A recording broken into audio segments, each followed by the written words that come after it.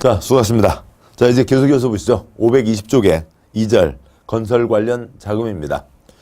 먼저요. 즉, 1번 국민주택사업 특별회계가 있는데, 지방은 국민주택사업을 시행하기 위해서 국민주택사업 특별회계를 설치 운영해야 한다라고 하는 게 있습니다. 정부나 지방자치단체 행정청의 모든 통장은 라면 박스 3개 안에 들어가게 됩니다. 하나는 일반회계, 하나는 특별회계, 또 하나는 기금이라고 하는 게 있습니다. 그 중에 기금과 특별회계는 특정한 목적 사업에만 써야 되는 거고요. 일반회계는 매년 배정되고, 그다음에 집행하고, 남으면 다시 올라갔다가, 다시 또 매해 또 배정되고 하는 게 일반회계죠. 국민주택 사업을 해서 별도의 통장을 만들어 놓으라고요. 2번, 주택사원 사채가 있습니다. 사채, 회사채라고요. 회사에서 돈을 빌리는 겁니다. 일반 명동급 예전 드라마에 있었던 박신양 쩐의 전쟁, 명동 고금리 사채가 아니고요. 회사채를 얘기하는 겁니다. 자, 주택사원 세트 내용을 보기 위해서는 먼저 그 앞뒤 배경들을 좀 보시면은 그다음에 뒤에 공급의 내용들도 이해하시기가 편하게 되고, 또 그런 어떤 흐름들 속에서 보시는 게 도움이 됩니다. 먼저 당연히요. 자동차 만들어진 거 사는 거죠. 텔레비전 만들어지는 거 사는 겁니다. 냉장고 만들어진 거 사는 거죠. 집도 역시 만들어진 거 사는 겁니다. 그게 원칙이죠. 그래서 집장사가 선건설, 만들어 놓고 팔아야 되죠. 물건도 없이 팔 수는 없다고요. 그래서 선건설하고 나중에 파는 겁니다. 아파트 한 동을 통째로 파는 게 아니라 아파트 101동에 300주로만 끊어서 파는 거죠. 나누어서 썰어서 파는 겁니다. 자, 이게 선건설 후분양이 기본이고, 당연히 이것이 원칙이죠. 이렇게 진행돼 왔었습니다. 이거밖에 없었어요. 당연히 그렇죠. 예외라는 게 그려지지 않는 겁니다. 그런데 8688, 일기 신도시, 200만 호 건설, 200만 채를 짓자라고 하는 건데, 그때 집장사들이 자기 돈 갖고 200만 채를 지을 만큼의 돈이 모자란다고요. 국가에서 지원을 받아도 한계가 있습니다. 그래서 국민들에게 돈을 빌리는 거죠. 국민, A1, A2 등등에게 돈을 빌리는 겁니다.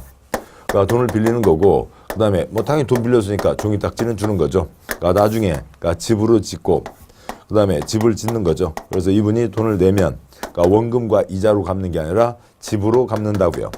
그렇게 해서 집장사는 어차피 집은 많이 지으니까, 집은 많이 있으니까 집으로 갚겠다라고 하는 겁니다.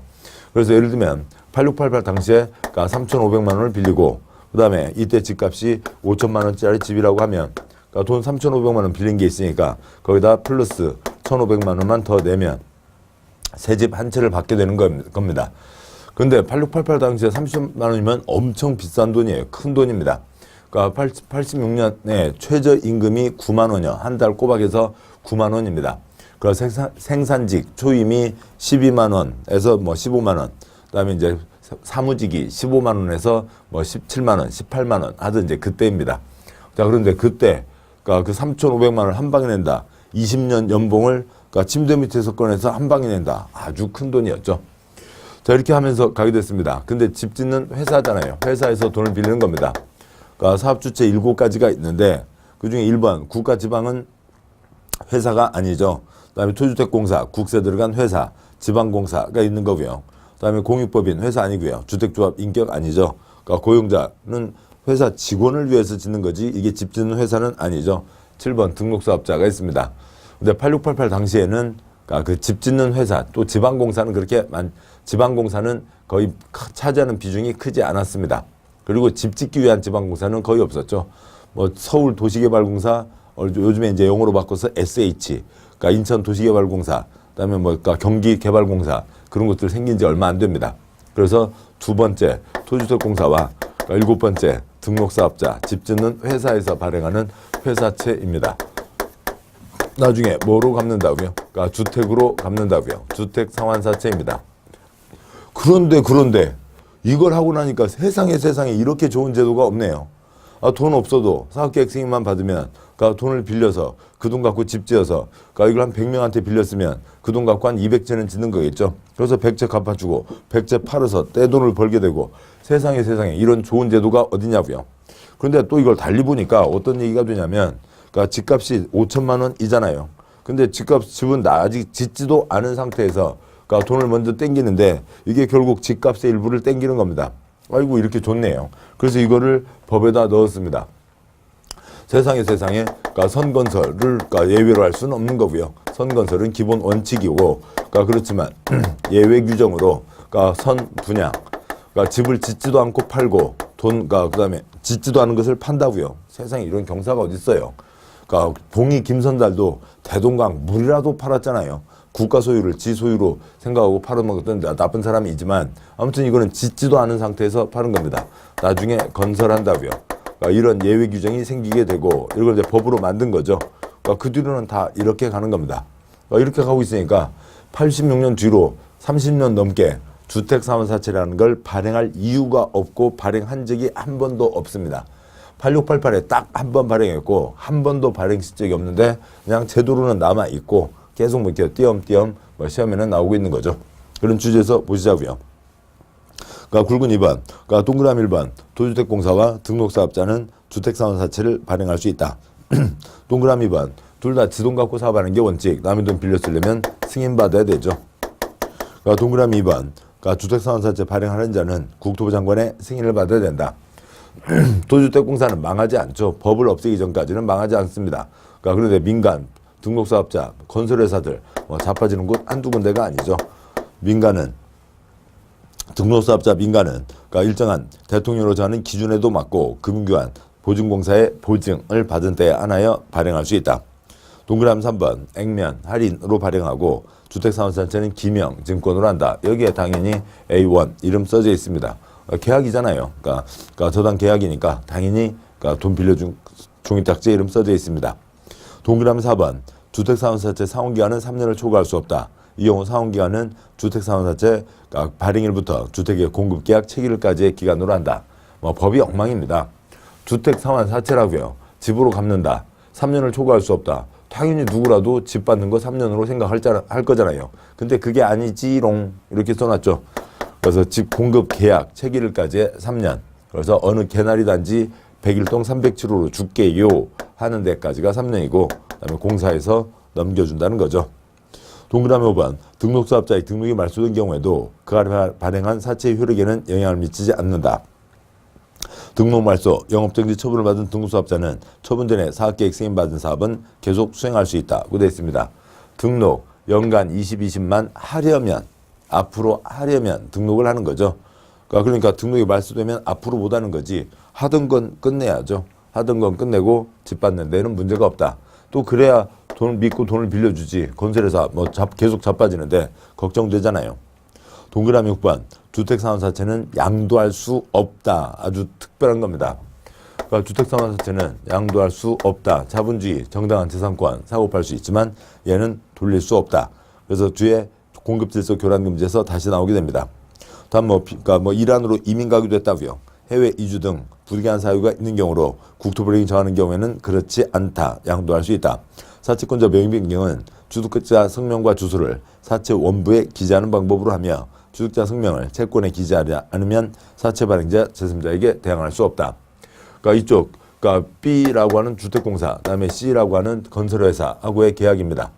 그러면 이 C는 이거 지금 한 장 발행한 게 아니죠. C와 A1의 계약이니까 그 종이딱지에 이름 써져 있는 거고, C는 장부를 갖고 있어야 되는 겁니다. 장부를 원부라고 표현하는 거죠. 이민 가게 돼서 이걸 D에게 판다고요. 둘이 앉아서 다방에다 그 종이딱지에다가 화이트 이름 지우고 그다음에 위에다 얹어 써봤자 아무 소용없죠. 이 장부에 A1가 얼마고 어떻게 한다라고 하는 게 있으면 장부에 우선 D라고 바꿔야 되고 그 다음에 종이딱지에도 써야 된다라고 하는 거죠. 다음 동그라미 7번 중도에 해약할 수 없다. 당연한 거죠. 기간이 정해져 있고 나중에 집으로 받는 거지. 돈 빌려주고 한 2달 있다가 나 어디 놀러 가야 되니까 돌려달라. 이러면 안 됩니다. 동그라미 8번 주택사원사채 발행에 대해서 이 법, 주택법에 이만큼 써진 거는 이 법을 적용하는 거죠. 특별법을 적용하는 거고 나머지는 사채니까 회사채니까 회사에 대한 법, 상법을 적용한다가 됩니다. 그 아래 채권 4가지 비교한 표가 있는데 각각 내용 보신 다음에 나중에 보도록 하시고 다음 쪽에요. 522쪽에 3번 입주자 저축에 있습니다. 이 법에서 주택을 공급받고자 하는 자에게는 입주금의 전부 일부를 저축하게 할 수 있다. 입주금이란 입주, 민법의 소유를 주택법에서 입주라고 하는 거죠. 집값을 얘기하는 겁니다. 집을 소유하는 데 드는 돈, 주택가격을 말하고 입주자로부터 받는 입주금은 청약금, 계약금, 중도금, 잔금 4가지로 나누어 받는다. 그 동그라미 2번이요. 입주자 저축이란 그러니까 국민주택 등 민영주택을 공급받기 위해서 할바는 즉 대한민국 모든 집이죠. 종합저축을 말한다 라고 돼 있고 그러니까 내가 알고 있는 거하고 다른데요. 예, 달라졌습니다. 옛날에는 통장이 4가지가 있었는데 다 이제 합쳐서 하나로 종합저축으로 다 일원화시켰습니다. 동그라미 3번 누구든지 가입할 수 있다. 그래서 그러니까 미성년자도요. 그다음에 그러니까 돌쟁이도요. 100일짜리도요. 그러니까 태어난 지 이틀만 돼도 가입시킬 수가 있죠. 자, 이상들이 있습니다. 자, 여기까지가 이제 자금에 대한 거였고, 이제 그 다음은 3절 사업 절차입니다. 그러니까 사업 절차에 첫째 줄 그 그림을 보시면 당연히 개발하려면 허가 신청 넣어서 허가받고 개발 행위를 하고 공사 끝났음에 대한 검사를 받아야죠. 그러니까 건축 역시 허가 신청 넣어서 허가를 받고 건축하고 검사를 받습니다. 그러니까 주택법 역시 사업계획 승인 신청 넣어서 사업계획 승인을 받고 사업을 하고 검사를 받는 거죠. 그러니까 사업계획 승인 신청을 넣는 거고요. 그런데 이제 여기는 그러니까 100% 관청 마음 재량이니까 사업계획 승인이라는 표현을 쓰고 있고 한 번에 30만 이상이면 사업계획 승인 신청을 넣어야죠. 그다음에 이제 사업계획 승인을 받게 됩니다. 그러니까 뭐 요건에 맞고 안 맞고가 아니라 100% 관청 마음대로죠. 승인을 내주고 말고는 관청 마음이고요. 그다음에 이제 주택건설 대조성 사업을 하게 됩니다. 공사 끝났음에 대한 검사. 어디서는 준공 검사, 또 어디서는 사용 승인. 그러면 준공, 검사, 사용, 승인. 그쪽 사용자하고 검사자를 띄어서 사용 검사. 그냥 말장난인 거죠. 뭐 남았어요? 아직도 준공, 승인은 남아있죠. 이렇게 얘기하고 있습니다. 한 번에 30만 이상 때 사업계획 승인 신청이고요. 그다음에 국토의 개발과 보전에 대한 결정이죠. 산자락 싹 밀고 들판 싹 메꾸고 그러니까 그 아파트를 짓게 되는 거니까 땅이 크게 바뀝니다. 시도사, 대도시시장이 승인하는 거죠. 그러니까 국가 차원에서 사발다, 그러니까 국가가 승인하는 경우도 있고 찌그만 거는 시장군수가 승인하는 것도 있습니다. 지역 주택시장의 공급을 통제하는 거니까 구청장은 승인할 수 없죠. 그러니까 승인받았으면 착수해야 됩니다. 보통은 2년. 근데 주택법은 건설회사들 엄살을 피는 거죠. 우리 힘들어요. 엥. 5글자 5년 안에 착수해야 되고 필요하면 1년 연장해 줄 수 있습니다. 그러니까 일반적인 경우에는 도면 도장 찍어준 사람이 검사를 하는 게 대부분이지만 이건 중요한 정책 결정이고 이건 기술적 판단이니까 사람이 다릅니다. 도면대로 지었는지 붙었는지 보기만 하면 되는 거죠. 따라서 시장군수 구청장이 사용검사를 하고 국토부 장관이 승인을 한 경우에는 국토부 장관이 검사를 합니다. 사람이 다르다. 그것이 초점이죠. 그러니까 굵은 1번. 그러니까 사업계획 승인 신청 111 사업계획 승인 신청 대상 주택법 처음 때 보셨던 거 있죠. 동그라미 1번. 한 번에 30 네, 셋째 줄 만 이상 사업을 하려면 사업계획 승인을 받아야 된다. 지역주택시장의 공급을 통제하겠다는 취지이고 동그라미 2번 생략하고요. 동그라미 3번 예외 단독주택 50호 이상 동그라미 4번 예외 공동주택 50세대 이상 때 사업계획 승인받는 경우가 있습니다. 그러니까 112 사업계획 승인권자 구청장은 승인할 수 없다고요. 먼저 그 표 국토의 개발과 보전에 대한 결정 시댁이죠. 그러니까 다음 쪽 와서 보시면 524쪽 제일 위에 표요. 그러니까 그 표의 둘째 줄 국토부 장관도 승인할 수 있고 그다음에 그 아래에 있는 바탕색 칠해져 있는 시도지사 그 아래줄에 대도시시장이 승인하는 게 원칙. 찌그만 거는 시장군수도 승인할 수 있다. 구청장은 승인할 수 없다라고 하는 거죠. 그러니까 그 표 아래 점, 그러니까 4줄 빼고요. 그러니까 1번 대지 면적이 10만 제곱미터 이상이면 시도지사 대도시장이 승인을 하고 그다음에 2번 그러니까 대지 면적이 10만 제곱미터 미만이면 뭐 특별시장, 광역시장 특특은 지네들이 크든 작든 다 하는 거고 그다음에 도지사가 아니라 시장군수가 승인을 한다. 그러니까 3번 국가나 한국토지주택공사가 사업을 할 때는 국토부 장관이 승인한다는 거죠. 뭐 그 아래 그러니까 점 국토부 장관이 지정 고시한 지역, 점 국토부 장관이 지정 고시한 지역 등에서도 국토부 장관이 승인을 합니다. 그러니까 1-2번 하나의 주택단지를 공구별로 분할해서 건설 공급할 수 있다고 되어 있습니다. 동그라미 1번 공구란 하나의 주택단지에서 그러니까 일정 주리상으로 구분되는 일단의 구역으로 착공신고, 사용검사를 별도로 수행할 수 있는 구역을 말한다라고 되어 있습니다. 그러니까 계속 가시면 다음 쪽 동그라미 2번 생략하고요. 그러니까 동그라미 3번 전체 세대수가 600세대 이상인 단지는 공구별로 분할하여 건설 공급할 수 있고 동그라미 4번 공구는 작은 1번 그러니까 6m 이상 폭으로 공구간 경계를 설정해야 되고 작은 2번 공구별 세대수는 300세대 이상으로 할 것이라고 되어 있습니다. 그러니까 공구 그러니까 경부고속도로 고속도로 공사를 하는데 428km를 한 방에 들어갈 수는 없죠. 끊어서 공사합니다. 뭐 공사 구간 그러니까 뭐 무슨 고속도로 몇 공구 몇 구간 뭐 자주 보시는 거죠. 그다음에 넙주기는 그러니까 공사 구역 뭐 어떻게 표현해도 똑같습니다. 공사 구간이나 공사 구역이나 똑같이 공구라고 하는 거죠. 그러니까 큰 덩어리를 한 방에 사업을 할 수도 있고 그러니까 큰 덩어리를 끊어서 사업을 할 수도 있다는 겁니다. 600세대 이상 덩어리를 300세대 이상으로 끊어서 사업을 할 수가 있다는 거죠. 그러면 여기는 1공구 다 입주가 되고 있지만 여기는 아직도 꿍꽝 공사를 하고 있다는 거죠. 사람들은 불편합니다. 그러니까 이러저러한 부대시설, 복리시설도 다 갖추지 않았고 시끄럽고 먼지 나고 그렇잖아요. 그러더라도 건설회사 돈 돌리는 데는 훨씬 이익이 되는 거죠. 600세대 이상 단지를 끊더라도 하나의 단지는 하나의 단지인 거죠. 그러니까 그리고 그거를 끄는데 그러니까 경계 6m 폭은 둬야 되고 한 공구가 300세대 이상은 돼야 된다. 뭐 그래야 그러니까 경비, 청소, 소독, 관리 가장 돈 적게 효율적으로 들어가는 게 300세대 덩어리입니다. 그러니까 131 그러니까 주택건설대지의 소유권 확보 문제가 있습니다. 그 먼저요. 그냥 책은 넘기지 마시고 525쪽 제일 아래만 보시죠. 그러니까 주택건설 사업계획 승인을 받고자 하는 자는 해당 주택건설대지의 소유권을 확보해야 된다. 어느 집장사 A가 집을 지어서 팔려고 합니다. 집을 지어서 팔려고 하면 그 중에 300주를 B에게 넘길 때 콘크리트만 넘기는 거 아니죠. 그러니까 대지 지분 똑같은 게 1000세대라고 하면 똑같은 평수로 1000세대면 여기에 습자지 1000장 그래서 콘크리트와 습자지 1장을 넘겨주게 되는 겁니다. 그래서 당연히 대지의 A가 대지의 소유권을 확보하고 있어야 되죠. 이게 당연한 원칙입니다. 그런데 특별한 경우에는 이제 그냥 넘기지 마시고 그 131 그 표를 보시죠. 표의 첫째 줄이요. 그러니까 소유권을 확보하지 않았어도 그러니까 사업계획 승인을 신청할 수 있다라고 하는 게 있습니다. 그러면 이건 뭐냐면 그러니까 나중에 대지 지분 없이 콘크리트만 넘겨주겠다는 게 아니라 나중에는 대지 지분도 잘 넘겨줄 거라고요. 그렇게 믿을 수 있는 경우에는 그러니까 중간에 대지 소유권을 다 확보해서 지분도 넘겨줄 수 있을 테니까 믿을 수 있는 사람들은 그러니까 아직 다 확보하지 않았어도 신청할 수 있다. 그 표에 그러니까 넷째 줄을 보시면 옆으로 6칸이죠. 6칸으로 놓고 하시자고요. 그러니까 표의 첫째 줄 소유권 확보하지 않았어도 신청할 수 있다. 그러니까 표의 둘째 줄에 첫 번째 칸이요. 그러니까 공적 주체는 지금은 확보하지 않았어도 그러니까 문제없이 다 확보해서 깔끔하게 잘 처리를 하겠죠. 세 번째 칸이요. 지구 단위계획이 필요한 주택조합입니다. 그러니까 주택조합이 그러니까 95% 이상의 소유권을 확보했습니다. 자, 그러면 그건 뭐냐면 그러니까 땅을 다 정당한 가격을 제시하고 다 사들였다는 거죠.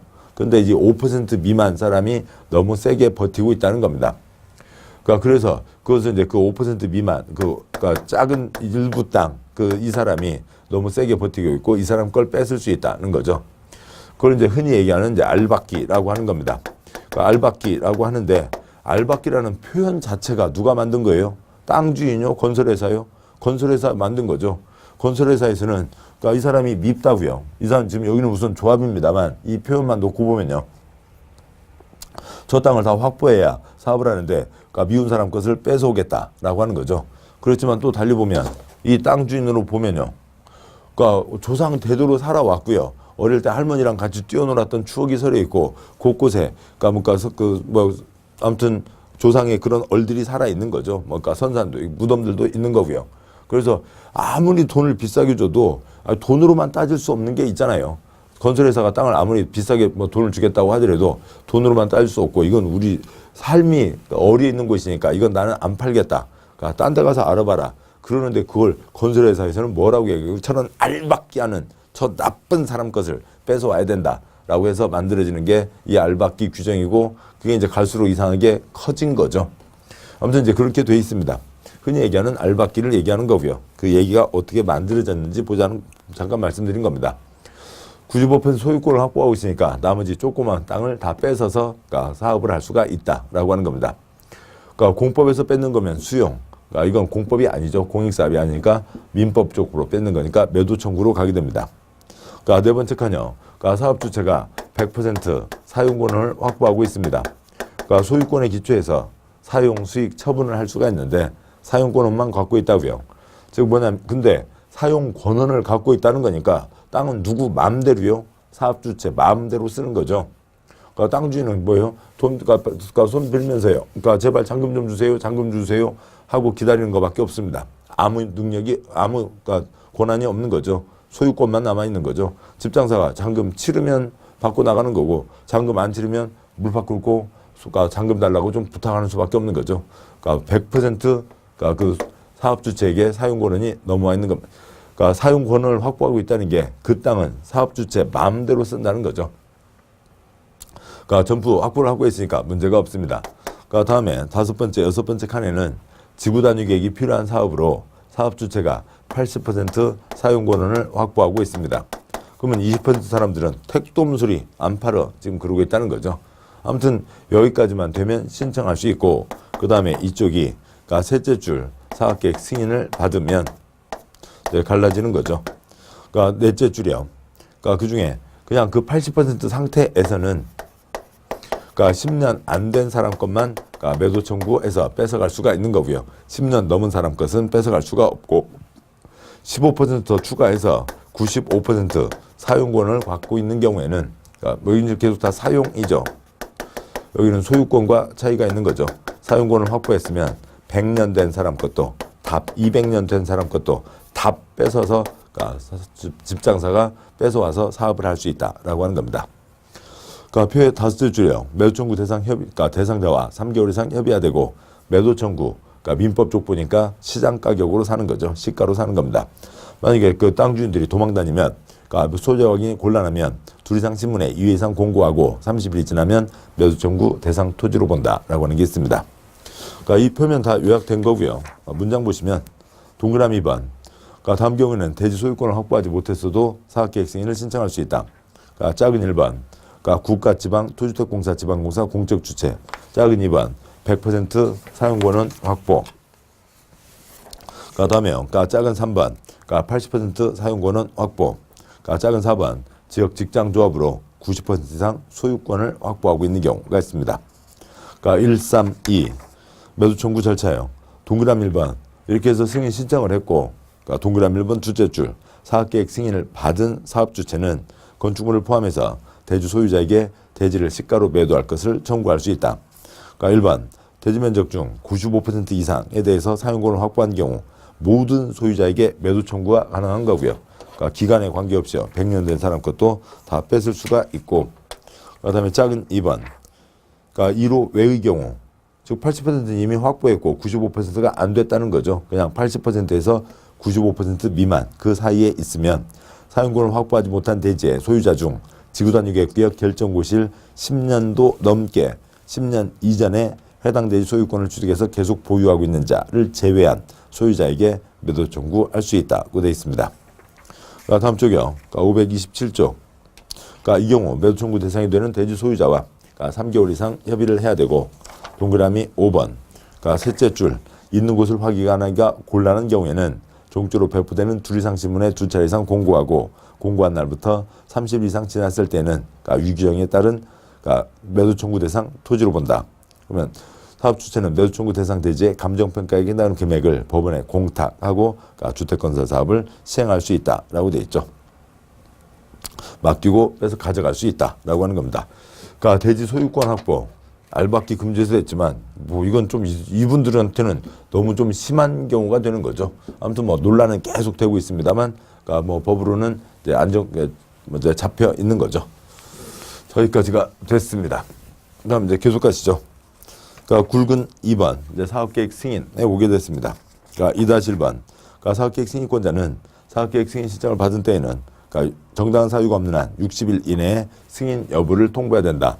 우리 동네 집 남는다, 못 짓는다. 그러니까 그래 집 지어라. 60일 안에 대답을 해주라고요. 뭐 동그라미 2번 승인했으면 당연히 고시 발표하는 거고요. 동그라미 3번 넷째 줄 끝에 그러니까 영어 원스톱 서비스 이러저러한 것 한 방에 처리해 준다는 건 아시는 거죠. 여기까지를 보셨습니다. 그 다음에 528쪽이요. 그러니까 사업계획 승인 내줬다가 문제가 있으면 승인을 취소할 수 있죠. 취소할 수 있다. 공법에 엄청 많은 거죠. 그러니까 허가를 취소해야 된다 딱 2번 해당하는 자리가 있고 뭐 여기다는 표를 안 넣습니다만 건축법 1년 내 착수하지 않거나 완료 불가능 때는 허가를 취소해야 된다. 농지법 조치명령 위반 때는 허가를 취소해야 된다. 그 2가지 빼고는 나머지는 다 취소할 수 있다 인 거죠. 뭐 1, 2, 3 이러저러한 잘못이 있으면 승인을 취소할 수 있습니다. 그러니까 1번 5년 내 착수하라고 되는데 5년 지나도록 착수하지 않은 경우. 그러니까 2번 경매, 공매 등으로 대지 소유권을 상실한 경우. 손바닥에다 집 지을 수는 없잖아요. 그러니까 땅에다 집어야 되는데 땅이 없어졌다고요. 그다음에 부도 파산으로 완료가 불가능한 경우에는 승인을 취소할 수 있다가 되어 있습니다. 한 번 더 기회를 주자고요. 건설회사에게요. 사업계획 승인권자는 2, 3 사유로 사업계획 승인을 취소하려면 사업주체계, 사업계획 이행, 사업비 조달계획 등 대통령이 하는 사항이 포함된 사업 정상화 계획을 제출받아 계획의 타당성을 심사한 후 취소 여부를 결정한다고 되어 있습니다. 굵은 3번 이제 승인을 받았으면 사업에 착수해야죠. 착수. 그러니까 동그라미 2번 3-1에 동그라미 2번 사업주체는 다음 구분에 따라 공사를 시작한다. 그러니까 승인을 받았으면 그러니까 건설에 들어가야 된다고요. 그러니까 몇 년 안에 들어가라고요. 그러니까 동그라미 2번에 작은 1번 5년 내 착수해야 되고 특별하면 1년 연장할 수 있다. 2-1번 공구를 분할해서 갑니다. 분할해서 가면 그 첫 번째 공구는 역시 똑같이 몇 년 안에 착수를 하라고요. 5년 안에 착수를 해야죠. 최초로 공사를 진행하는 공구는 5년 내 착수를 해야 되고 역시 1년 연장할 수 있고요.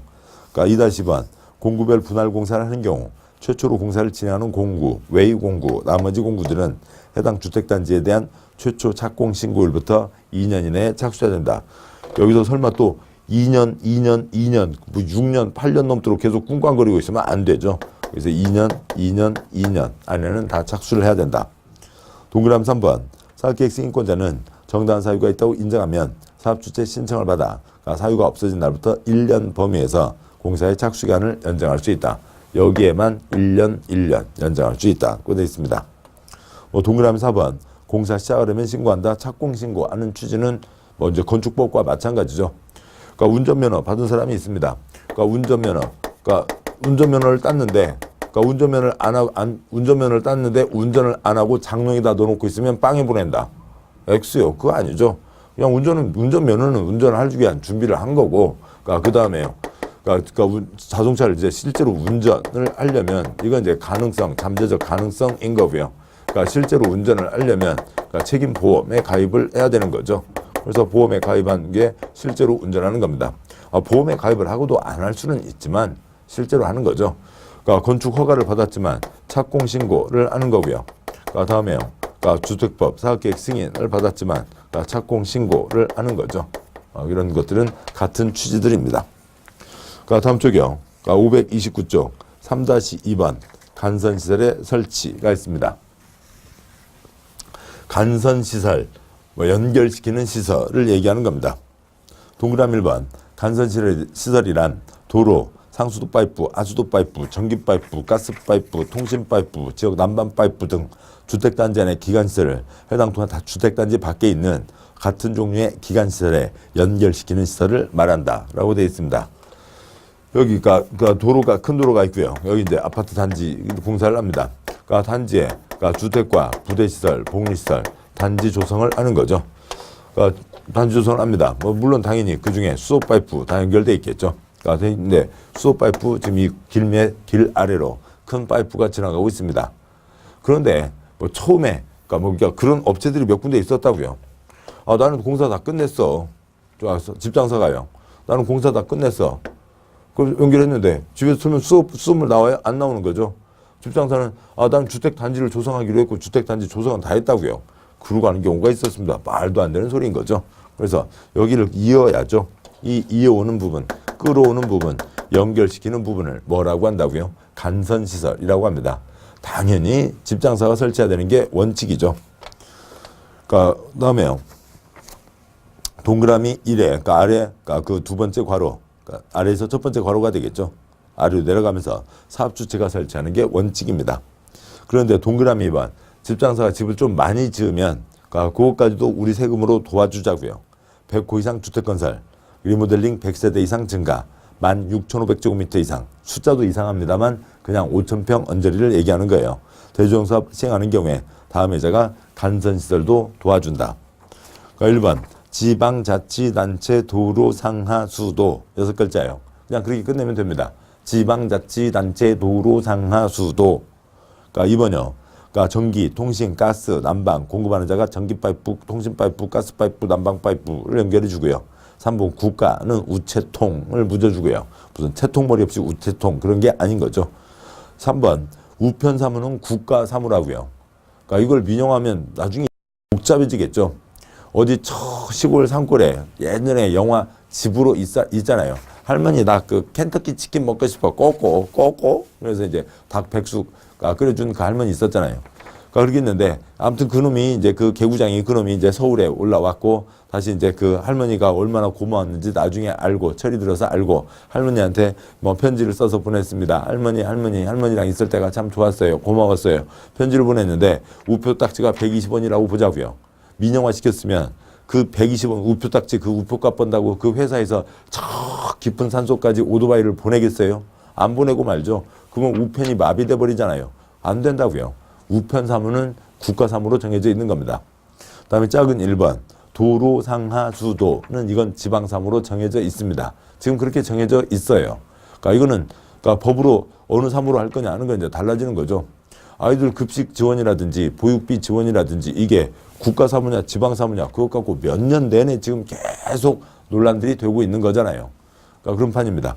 아무튼 그런데 그러니까 우리 시험은 이제 공무원 시험이 아니죠. 공무원 시험 보는 친구들은 그러니까 국가 사무, 지방 사무 이게 A4 용지 한 3쪽 반이 돼요. 그걸 달달달 외우고 있어야 돼요.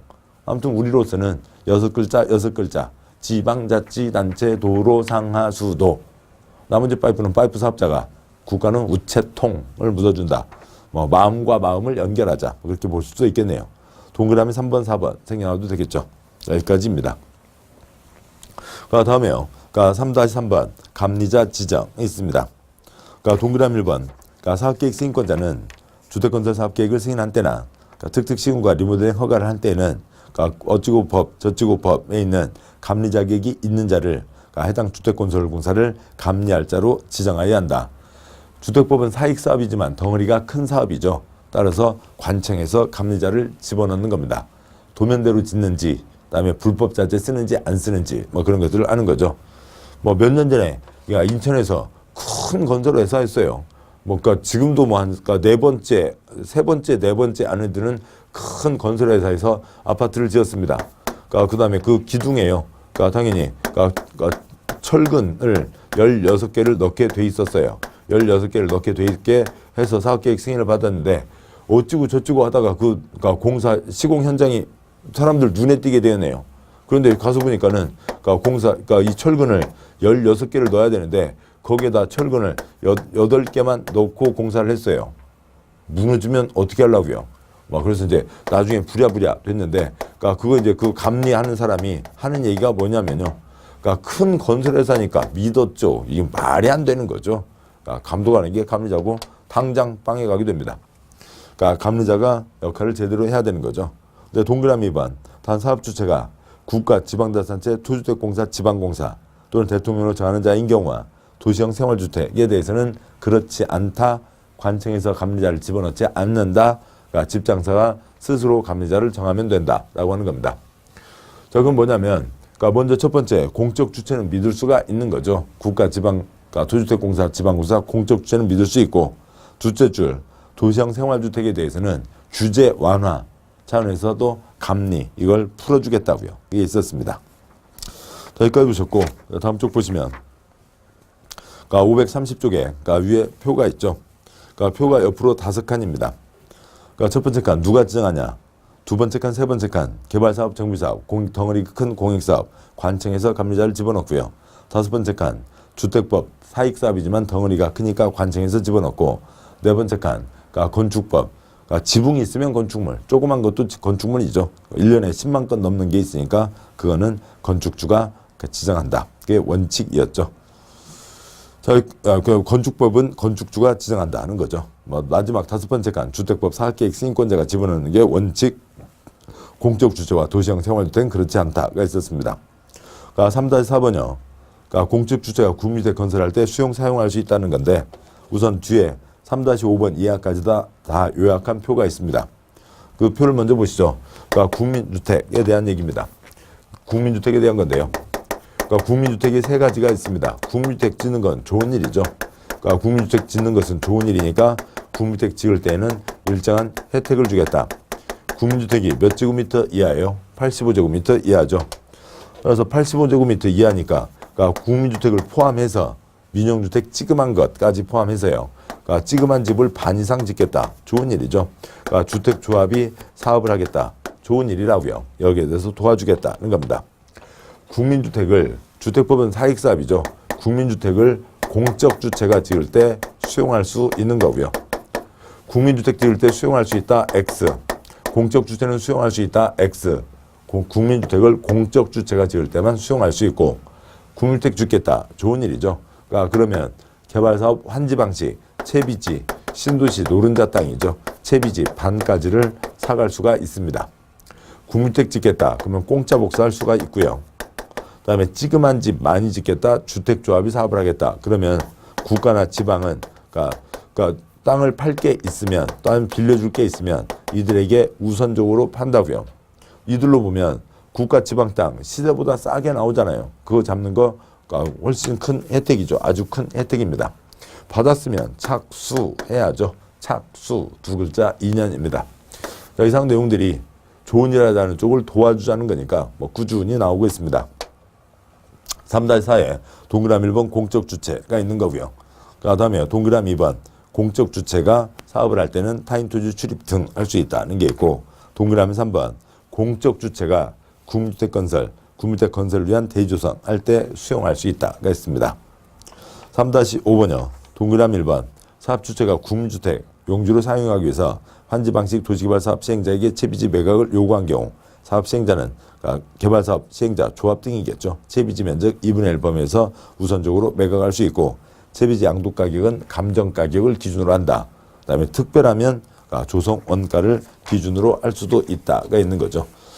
왜냐하면 정당한 가격으로 해야죠. 처음부터 원칙 조성 원가 그러면 조합원들에게 피해가 되잖아요. 감정 가격이 원칙입니다.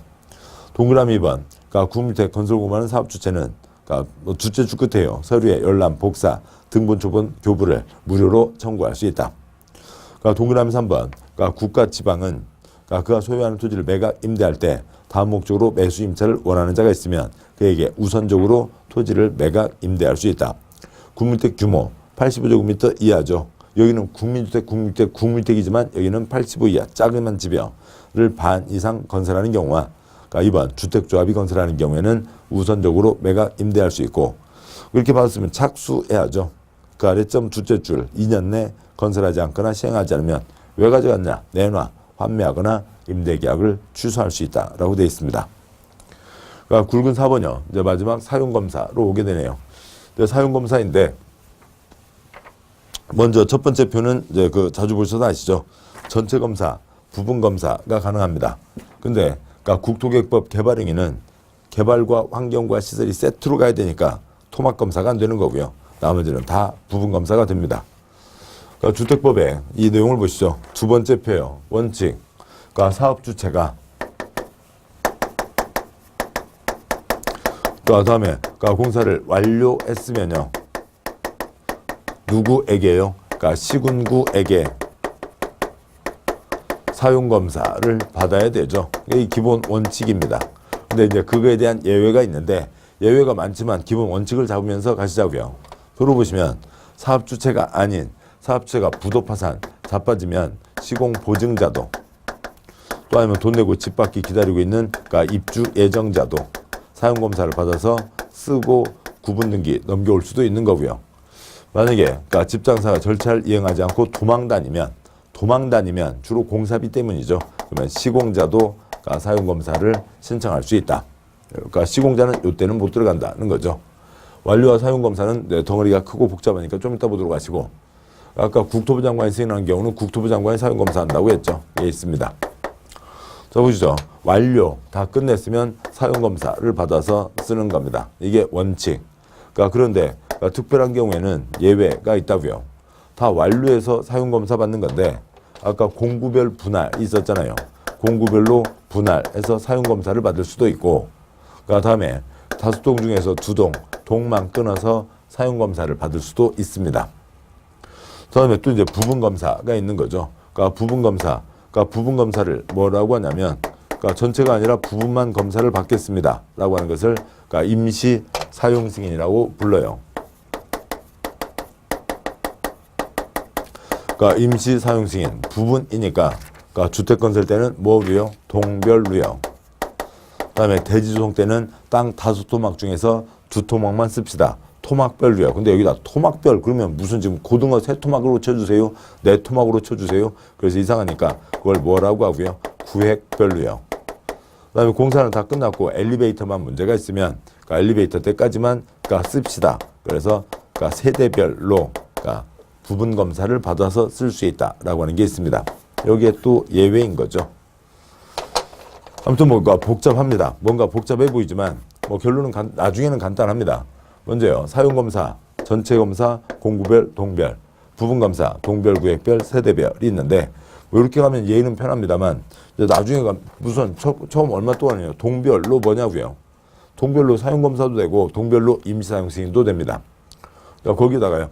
먼저 우리 이제 그다음에 이제 이것의 차이는 이제 우리 시험 범위를 넘어서는 겁니다만 여기는 그러니까 구분 등기가 돼서 소유가 됩니다만 여기는 그야말로 사용만 하는 거예요. 등기는 안 되는 것을 얘기하는 겁니다. 그런데 그건 이제 우리 시험 범위 밖의 내용이고 다른 자리에 있는 거고요.